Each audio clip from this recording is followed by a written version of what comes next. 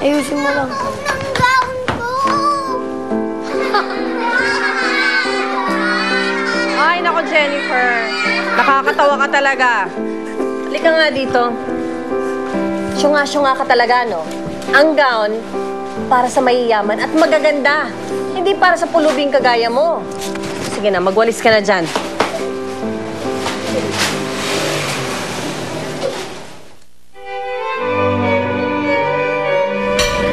Gemma, sabi ng ate Lynette mo, ang ganda raw ng grades mo. Ano bang gusto mong maging paglaki mo? Gusto ko pong maging doktor pero mahal po kaya teacher na lang. Medicina, wow. That's good. Maria, Po. bukas, pa-enroll na natin ha, si Gemma at saka si Kyla. Okay. Salamat po, Lola Ana. Lola, baka naman po manibago tong si Gemma sa school ko kasi di ba galing siya sa public school? Kaya nga nandiyan ka eh. Para ma-guide mo siya nang makapag-adjust siya kaagad doon. Okay? Natawagan mo na ba si Manny? Darating siya bukas. Gusto ko kasi sabay-sabay na nating enroll si Jennifer, Kalila, at si Tonton. Ayan.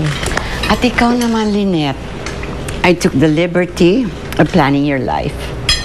Para sa'yo, gusto ko pumunta ka bukas sa opisina at magsimula ka na magtrabaho. Pero magsuot ka naman ng presentableng damit, okay? Sige ho. Oh, kain ng kain. Kain ka. Excuse me. Total. Ito ba yung sinasabi sa akin ni Lola Anang trabaho?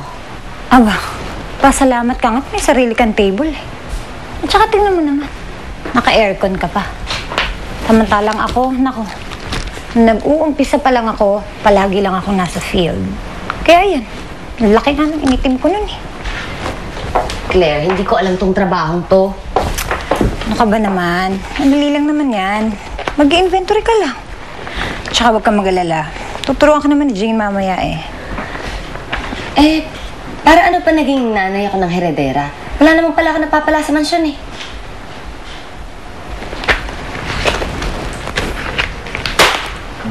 Tumahimik ka nga, Lynette. Ano bang akala mo? Hihiga ka na lang sa salapi agad?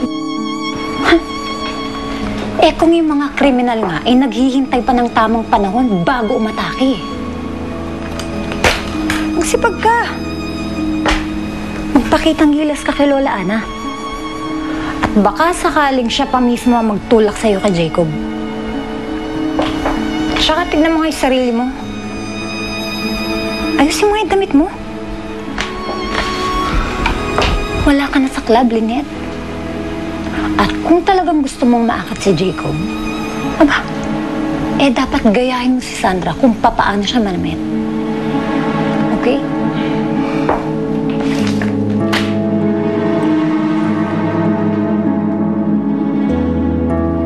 Magkano niyo binibenta to?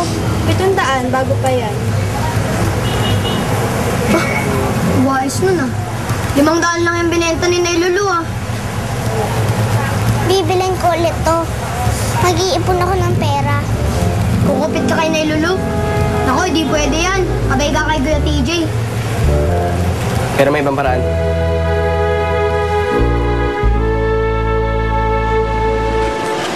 Sinabi ko takbo-takbo ha. Bakit po ako tatakbo? Basta. Ikaw na kang tinutulungan. Ayaw mo? Eh, si Abigail po. Alam niyo na yung gagawin niya. Basta pag sinabi ko takbo-takbo ha.